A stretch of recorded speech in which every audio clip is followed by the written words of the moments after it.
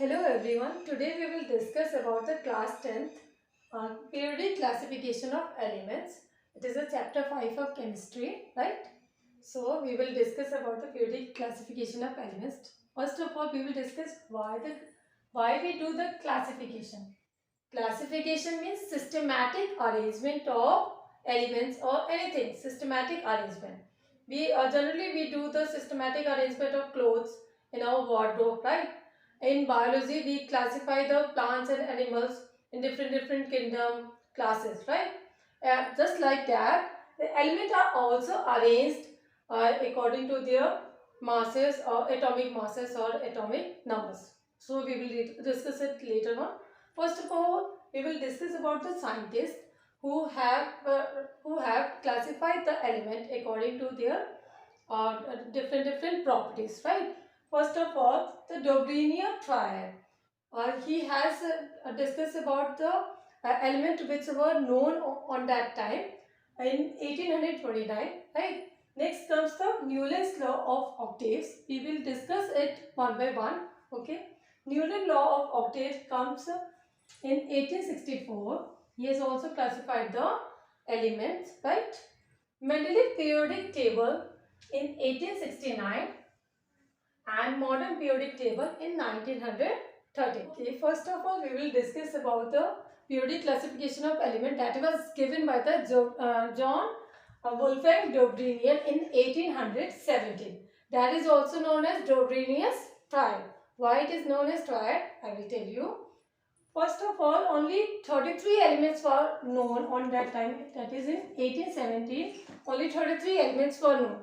So, he has classified the elements in increasing atomic masses. And what he found that the middle element, the atomic mass of middle element is the average of the other two elements. For example, I will take the lithium. The atomic mass of lithium is 7 and the atomic mass of potassium is 39, right? So, if I will calculate the average of both the elements, so what will it will come? 7 plus 39 divided by 2. It will be 46 divided by 2. That means 23. So, the atomic mass of sodium is 23.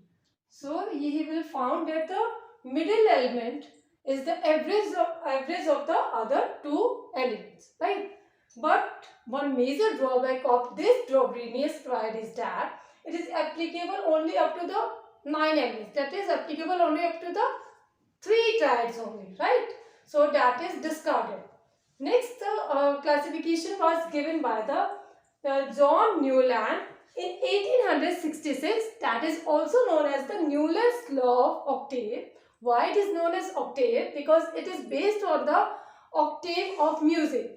For example, sa, re, ga, ma, pa, dha, ni, sa.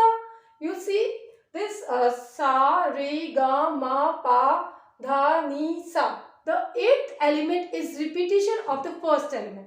So, just like that, he has also arranged the element in increasing atomic masses. Just like this law, Dobrenier's triad, he has also arranged the element in increasing atomic masses.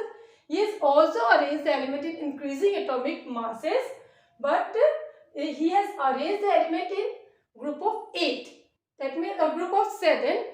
And the 8th one is the repetition. The property of 8th element is repetition of the first one. For example, if I start the numbering from here. So 1, 2, 3, 4, 5, 6, 7, 8. This one. So here it will be the 8th one.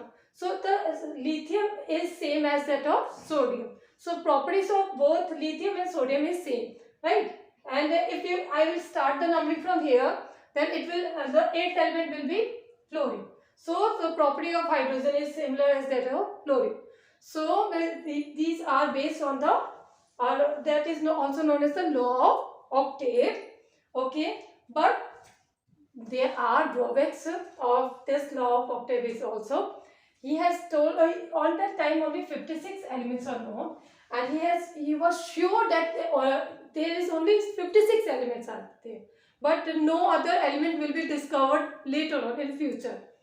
But you know, now there are more than 100 elements were known. So he was wrong. The first major drawback of this one. Second drawback is that he has arranged some dissimilar element in the same element. For example, the properties of chlorine is not as that of the cobalt and nickel. So the properties are different. So he has arranged this cobalt and nickel in fluorine and chlorine, right? So that is the another drawback.